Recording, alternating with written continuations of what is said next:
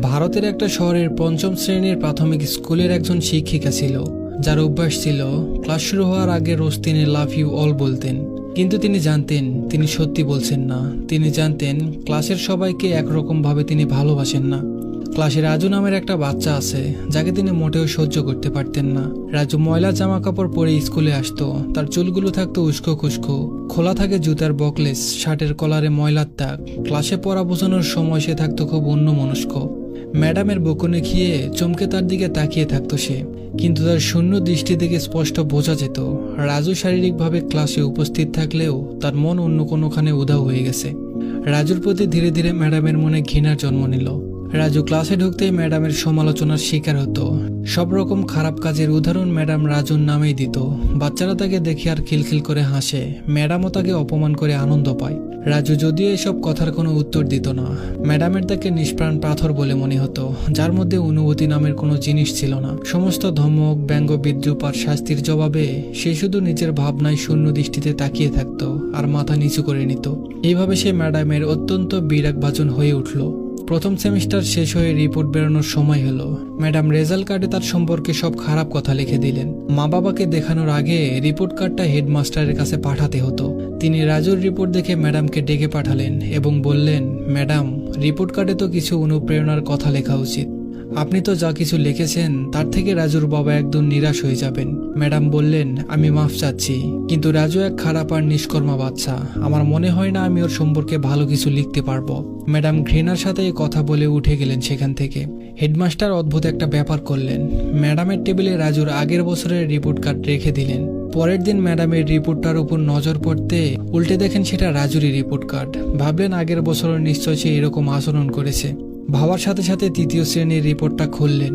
রিপোর্টের মন্তব্য পড়ে ওনার আশ্চর্যের সীমা রইল না। রাজুর উচ্ছ্বসিত প্রশংসায় রিপোর্ট কার্ড ভরা। তাতে লেখা আছে, রাজুর মতো বুদ্ধিমান বাচ্চার আমি আজ পর্যন্ত দেখিনি।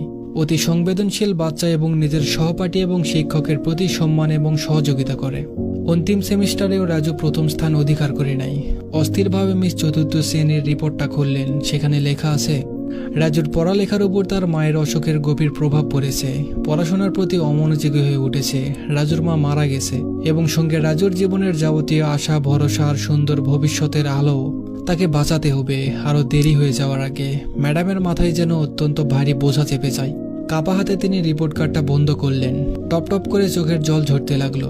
পরের দিন যখন ক্লাসে ঢুকলেন, তার নিজের চির অভ্যস্ত বাক্যের পুনরাবৃত্তি করলেন, লাভ ইউ অল। কিন্তু বুঝতে পারছিলেন আজও তিনি সত্যির অপলাপ করছেন, কারণ এলোমেলো চলে এই ক্লাসে বসে থাকা বাচ্চাটা রাজুর প্রতি যে স্নেহ তিনি হৃদয়ে অনুভব করছিলেন তা ক্লাসের অন্য বাচ্চাদের জন্য হওয়া সম্ভব ছিল না। পড়া বোঝানোর সময় প্রতিদিনের মতো রাজুর দিকে একটা প্রশ্ন ছুড়ে দিলেন তিনি, আর রাজুও প্রতিদিনের মতো মাথা নিচু করে নিল। যখন বেশ কিছুক্ষণ পর্যন্ত ম্যাডামের ধমক আর সহপাঠীদের সম্মিলিত হাসির শব্দ কানে এলো না, তখন সে আচমকা মাথা উঁচু করে তার দিকে চেয়ে রইল। অপ্রত্যাশিতভাবে তার মাথা আজ মুন্ডিত, তার মুখে মৃদু হাসি। তিনি রাজুকে কাছে ডাকলেন এবং প্রশ্নের উত্তর দিয়ে তা আবার বলতে বললেন। রাজু 3-4 বার চেষ্টার পর অবশেষে বলতে পারল। তার জবাব দেওয়ার সাথে সাথে ম্যাডাম খুশি হয়ে নিজেই হাততালি দিলেন না, বরং অন্য সব বাচ্চাদের দিয়েও তালি দেয়ালেন। তারপর এরকম প্রতিদিনই করতে লাগলেন। ম্যাডাম সব উত্তর নিজে থেকেই বলে দিতেন, তারপর রাজুকে বাহাবা দিতেন। সব ভালো কাজের উদাহরণে রাজুর নাম বলা হতে লাগলো।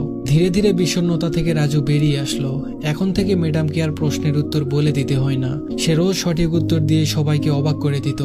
রাজুর চুলগুলো এখন অনেকটা পরিপাটি থাকে, জামা কাপড়ও যথেষ্ট পরিষ্কার থাকে। হয়তো সে নিজেই কাচতে শুরু করেছে।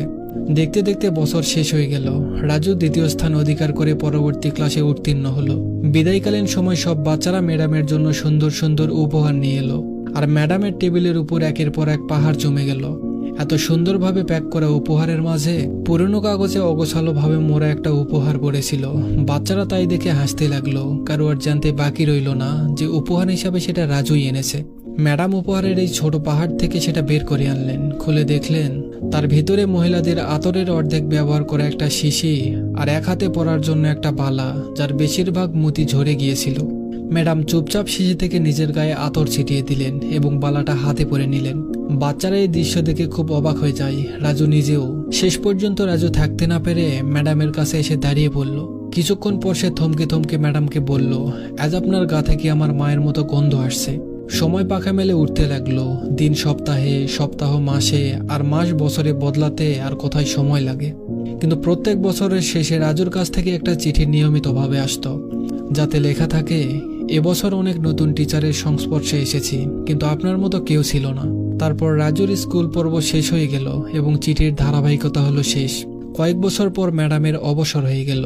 একদিন রাজুর একটা চিঠি পেলেন, যাতে লেখা ছিল, এই মাসের শেষের দিকে আমার বিয়ে, আপনাকে ছাড়া আমি বিয়ের কথা ভাবতে পারি না। আরেকটা কথা, জীবনে আমি অনেক লোকের সাথে মিশেছি, আপনার মতো কেউ নেই। ইতি, ডক্টর রাজু। সাথে প্লেনে যাওয়া আসার টিকিট খামের মধ্যে দিয়েছিল। ম্যাডাম নিজেকে কিছুতেই আটকাতে পারছিলেন না। তিনি তার স্বামীর থেকে অনুমতি নিয়ে অন্য শহরে যাওয়ার জন্য রওনা দিলেন। বিয়ের দিন যখন বিয়ের আসরে উপস্থিত হলেন, তখন খানিকটা দেরি হয়ে গিয়েছিল। তার মনে হয়েছিল বিয়ের অনুষ্ঠান নিশ্চয় শেষ হয়ে গেছে, কিন্তু এটা দেখে তার আশ্চর্য হওয়ার সীমা ছিল না। শহরের বড় বড় ডাক্তার, বিজনেসম্যান, এমনকি বিয়ে দেবেন যিনি সেই পণ্ডিতও আজ ক্লান্ত হয়ে পড়েছেন, যে এখনো কার আসার বাকি আছে।